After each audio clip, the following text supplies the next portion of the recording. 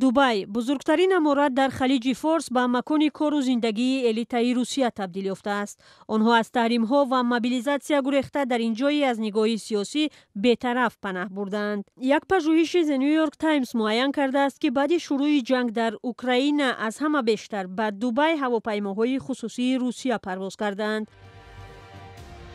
صرف نظر از طلب ولادیمیر پوتین که از ثروتمندان روس خواست دارایی‌های خود را برای رشد تجارت در این کشور روانه کنند، اکثر سرمایه‌داران به امارات عرب رو آوردند.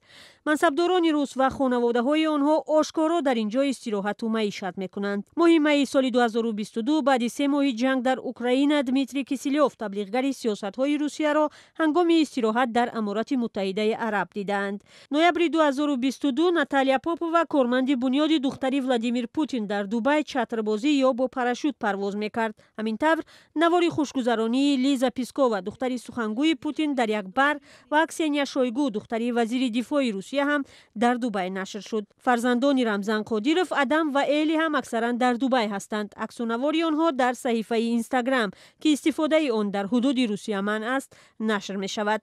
قبلا سفر خود رمزان قادیروف راهبر چچنستان به امارات عرب و ملاقاتش با شاهزاده و تحفه‌های گرانبها به او را در تلویزیون‌های این کشور نشان می‌دادند. حالا چنین سفرهایش را رسانه‌ای نمی‌کنند.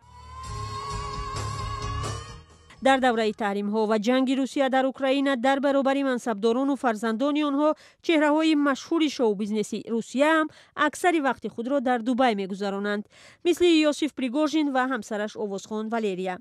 درباره منع استراحت مقامداران روس در خارج از کشور یگان قاعده و دستور صادر نشده است. دمیتری پیسکوف سخنگوی پوتین ماه فوریه گفت کسی سفر منصبداران را به بیرون منع نمی‌کند، اما یوگنی پریگوژین راهبر واگنر منصبداران و وکیلانی را که با استفاده از مقام خدمتی خود در دبی معیشت می‌کنند تنقید کرد.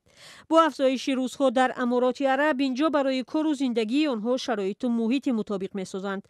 ماه نوامبر 2022 وزیر کارهای خارجه روسیه سرگئی لاوروف از فیلیال گیمنازیای روسیه در ابودابی دیدن کرد. در اینجا به کودکان طبق برنامه دولتی روسیه و حتی درس‌های وطن دوستانه می‌دهند. ماه مارت امسال وزارت معارف روسیه پیشنهاد کرد در امارات عرب مکتب‌های روسی را بیشتر بنیاد کنند. این پیشنهاد سر و صدا به پا کرد. همچنین بعضی از خدمت‌رسانی‌ها و محصولاتی که روس‌ها با آن عادت کردند اکنون به دبی صادر می‌شوند. ماه مارت امسال در دبی مغازه روسی فکوسویل به فروش محصولات خود شروع کرد.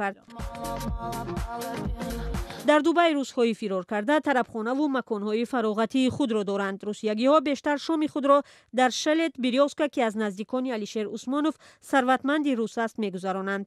هنرمندان مشهور روس، همان‌هایی که در جنگ با اوکراین از موقع روسیه پشتیبانی می‌کنند و هم گروهی که ضد جنگ در اوکراین صدا بلند کردند، در اینجا آوازخوانی می‌کنند.